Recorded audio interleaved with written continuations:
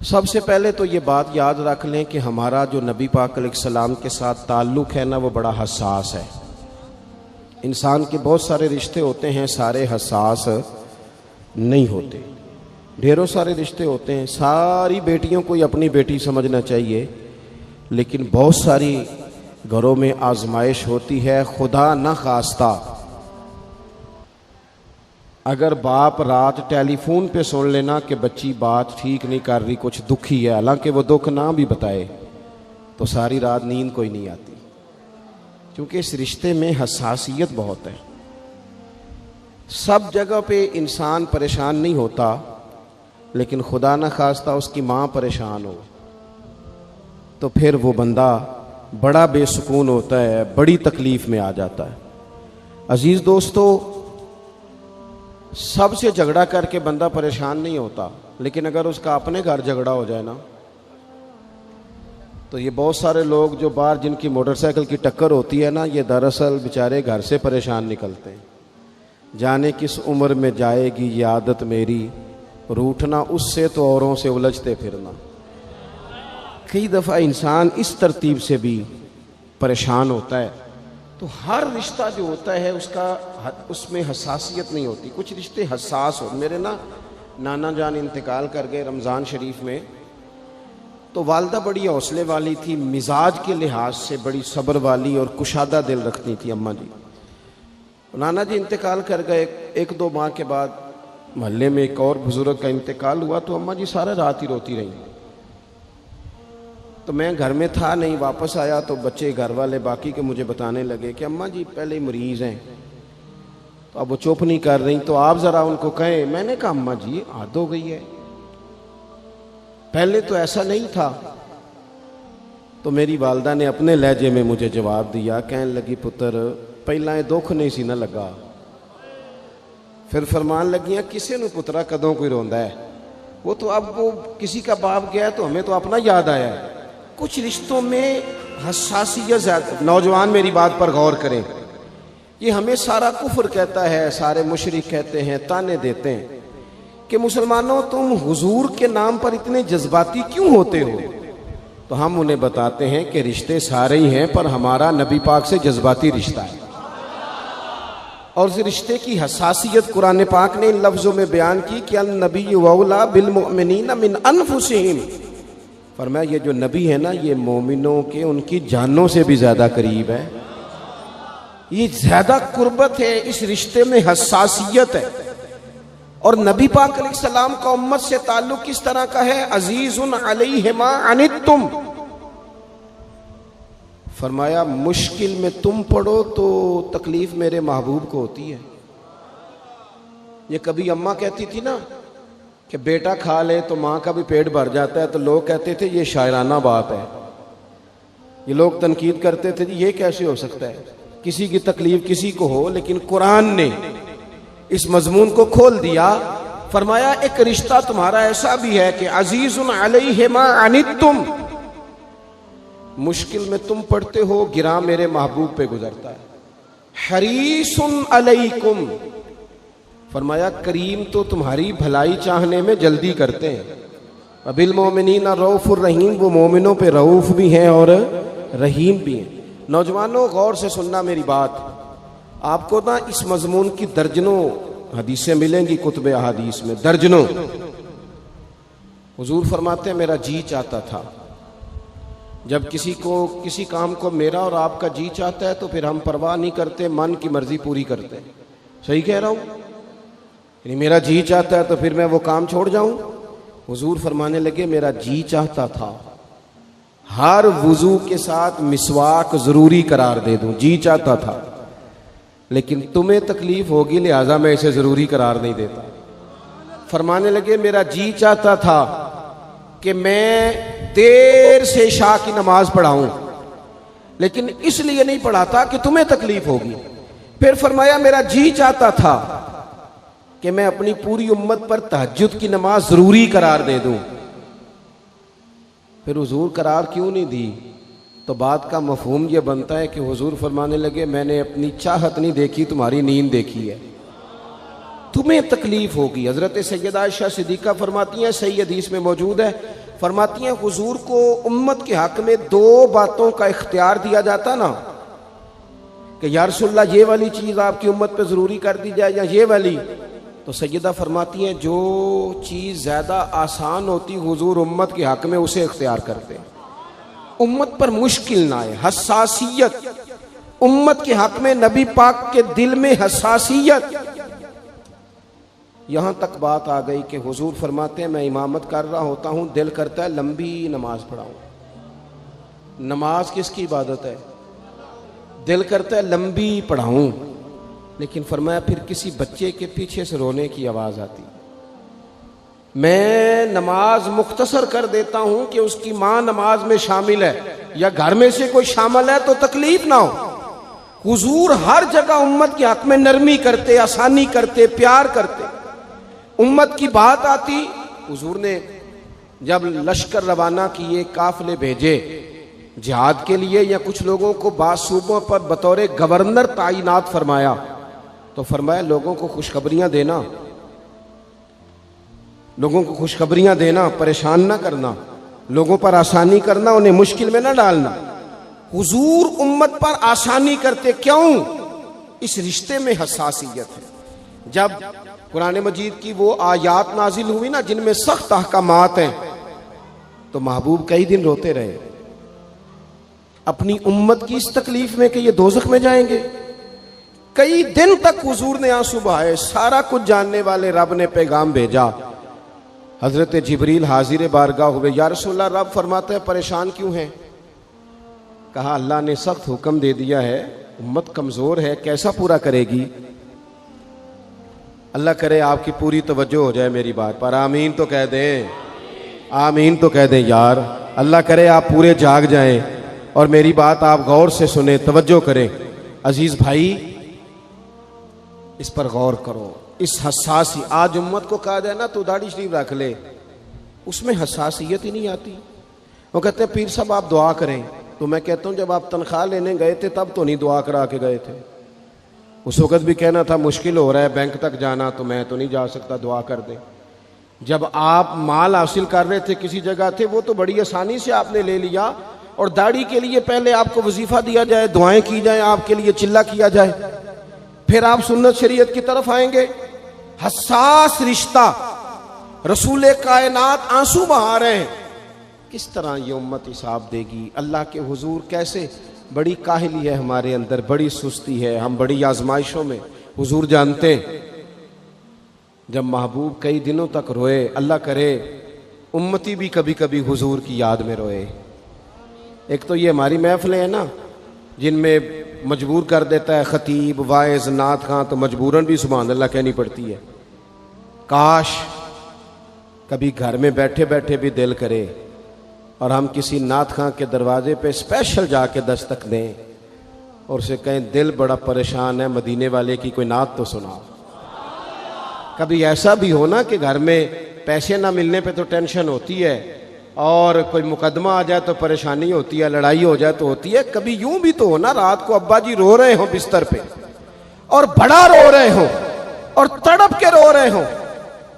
بچے آ کے اماں سے پوچھیں کیا مسئلہ ہے ہمارے ابا کو, کوئی پریشانی ہے, کوئی ڈاکٹر کو بلائیں, کوئی دکھ ہے؟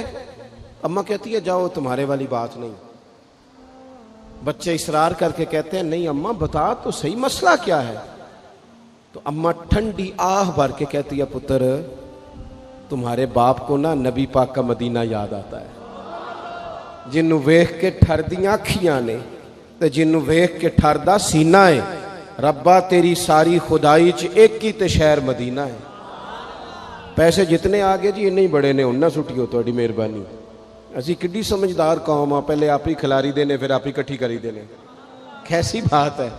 غوث پاک کی محفل میں لوگ بندے گنتے تھے, توبہ کس کس نے کی. ہماری محفلوں میں لوگ نوٹ گنتے ہیں اور اسپیشل بندے رکھے ہوئے نوٹ گننے کے لیے. بس کریں یار, چھوڑ دیں, بڑا ہو گیا یہ کام ہماری. سنیں جی سنیں, اللہ خوش رکھے, اللہ آپ کو خوش رکھے. اور میرے بھائی اللہ جزا دے, سنیں ہمیں جو کچھ دین نے دے دیا وہ ہماری اوقات سے پہلے ہی بڑا زیادہ ہے.